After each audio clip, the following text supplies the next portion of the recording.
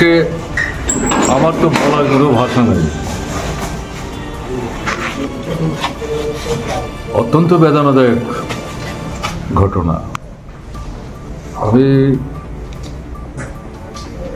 শ্রদ্ধার সাথে তার স্মৃতিতে আমি নিশ্চয়ই স্মরণ করব, যদিও তার সাথে কোনোদিন আমার কথাবার্তা বলার সুযোগ ঘটেনি।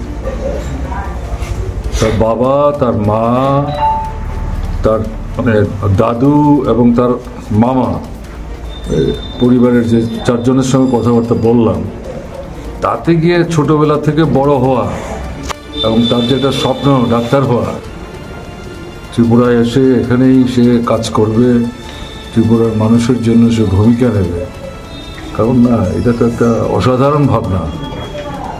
এবং তার বাবার বক্তব্য ছিল, তুমি ডাক্তার হও, যাই হও, তোমাকে প্রথমে একটা ভালো মানুষ হতে হবে। এটাই ছিল যথার্থ শিক্ষা। এই ছেলে চলে গেল, এটা শুধু তার মা বাবা বা আত্মীয় পরিজনের ক্ষতি না। আমি তো সব শোনার পর আমার নিজের যেটা মানে বলার, এটা আমাদের সোসাইটির জন্য ক্ষতি হয়ে গেল, সোসাইটির জন্য ক্ষতি হয়ে গেল। আমি পরিবারের মানে যারা আত্মীয় স্বজন আছেন, বাবা এবং মা সহ,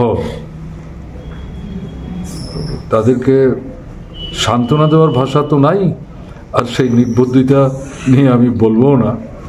আমি সহমর্মিতা প্রকাশ করছি।